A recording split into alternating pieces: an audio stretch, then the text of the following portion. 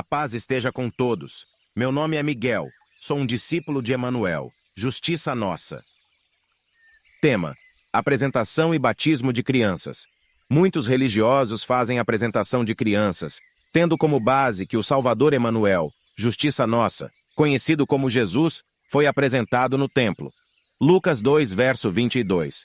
Chegou o dia de Maria e José cumprirem a cerimônia da purificação, conforme manda a lei de Moisés. Então eles levaram a criança para Jerusalém, a fim de apresentá-la ao Senhor.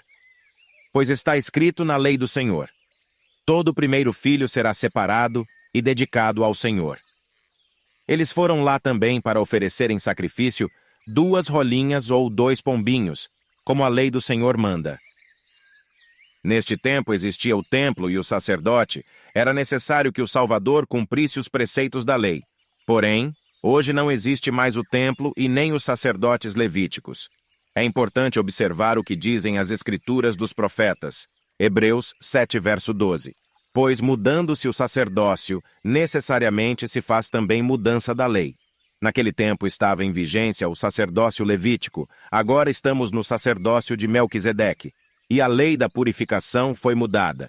Naquela época era com o sacrifício de animais. Hoje a purificação é feita com a água do batismo e o sangue do Cordeiro Celestial. Note que o Salvador foi apresentado ao 8º dia de vida e batizado com 30 anos de idade. Mateus 3, verso 13. Então Jesus veio da Galiléia ao Jordão para ser batizado por João. João, porém, tentou impedi-lo, dizendo: Eu preciso ser batizado por ti, e tu vens a mim? Respondeu Jesus: Deixa assim por enquanto. Convém que assim façamos para cumprir toda a justiça. E João concordou. Os religiosos também dizem que as crianças são pagãs, porém isto não está em conformidade com o batismo do Salvador, e nem com o que ele disse. Portanto, os que dizem que as crianças são pagãs estão contra as Escrituras e o Evangelho. Primeiro, o batismo é para arrependimento de pecados. Confira. Mateus 3, verso 11. Em verdade, vos batizo com água, para arrependimento. A Escritura diz que as crianças não têm pecado. Confirme. Mateus 21, verso 16. Não ouves o que estas crianças estão proclamando? Ao que Jesus lhes respondeu: Sim. E vós nunca lestes. Dos lábios das crianças e dos recém-nascidos suscitaste o perfeito louvor. Mateus 18, verso 3. E disse: Em verdade vos digo que, se não vos converterdes e não vos tornardes como crianças, de modo algum entrareis no reino dos céus. Portanto, aquele que se humilhar como esta criança, esse é o maior no reino dos céus. Mais uma prova. Mateus 19, verso 14.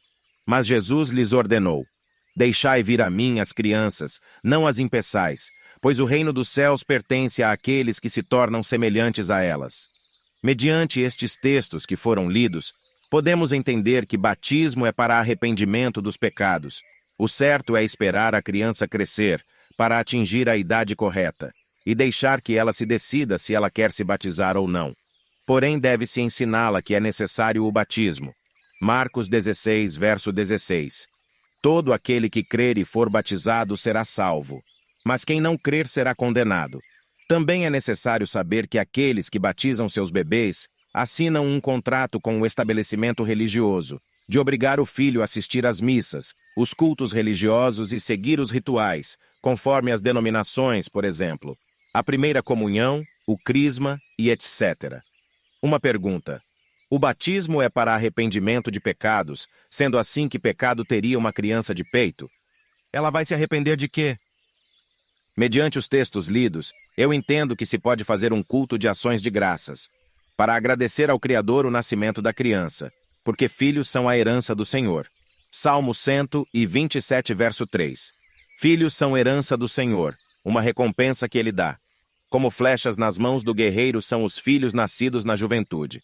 Como é feliz o homem que tem a sua aljava cheia deles. Verso para meditação. Provérbios 22, verso 6.